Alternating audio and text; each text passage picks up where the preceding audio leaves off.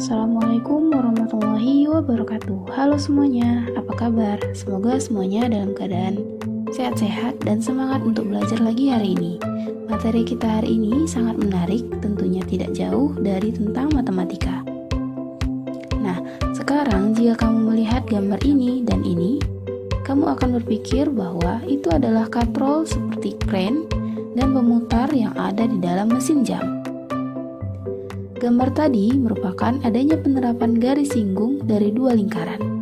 Yuk kita bahas apa sih itu garis singgung lingkaran. So let's go. Garis singgung lingkaran adalah garis yang memotong lingkaran pada tepat di satu titik pada lingkaran tersebut. Dan garis tersebut pastinya tegak lurus. Garis singgung lingkaran dibedakan berdasarkan lokasi garisnya. Yang pertama ada garis singgung persekutuan dalam, dan yang kedua, garis singgung persekutuan luar. Hal ini berpengaruh pada benda apa saja yang dapat merepresentasikan garis tersebut, rumus, dan juga pengertiannya. Nah, selanjutnya kita akan coba menggambar panjang garis singgung persekutuan dalam ke dalam aplikasi GeoGebra dengan memperhatikan tutorial yang ada pada video ini.